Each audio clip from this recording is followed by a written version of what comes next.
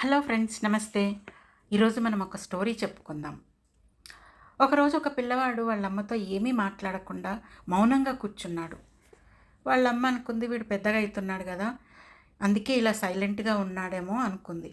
కానీ నిజం వేరే ఉంది. ఆ అబ్బాయి రాత్రి మొత్తం వీడియోలు చూస్తూ గేమ్స్ ఆడుతూ నిద్రకు దూరం అవుతున్నాడు.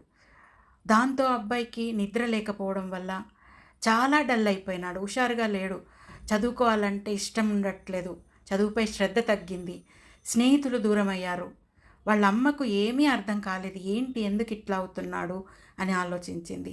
ఒకరోజు నైట్ అబ్జర్వ్ చేసింది ఆ అబ్బాయిని. ఇవన్నీ ఆడుతూ తెల్లవార్లు నిద్రకు దూరం అవుతున్నాడని తెలుసుకుంది.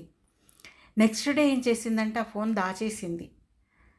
అబ్బాయి స్కూల్ నుంచి రాగానే ఫోన్ కోసం వెతుక్కుంటే అబ్బాయికి ఫోన్ దొరకలే. విపరీతమైన కోపం వచ్చింది అబ్బాయికి. చాలా కోపం వచ్చింది. అలిగిండు, ఏడ్చిండు, చాలా చాలా హంగామా చేసిండు, గొడవ చేసిండు. ఆమెకు అప్పుడు అర్థమైంది, ఇది ఫోన్ అడిక్షన్ వల్ల ఈ విధంగా ప్రవర్తిస్తున్నాడని తనకు అర్థమైంది. ఫోన్ ఇవ్వడం నిజంగా తప్పే. అంతసేపు ఇవ్వకూడదు. నియంత్రణ అన్నది ఉండాలి. కాసేపు ఇచ్చి మళ్ళీ వెంటనే తీసేసుకొని వాళ్ళు ఆడుకునే విధంగా, చదువుకునే విధంగా చూడాలి. నియంత్రణ లేకపోవడం వల్ల ఇంత ప్రమాదం వచ్చింది. ఇదే పెద్ద ప్రమాదంలో వేసింది వాళ్ళను.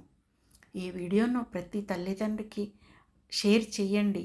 అవగాహన పెంపొందిద్దాం. పిల్లల బాల్యాన్ని రక్షించడం మనందరి బాధ్యత.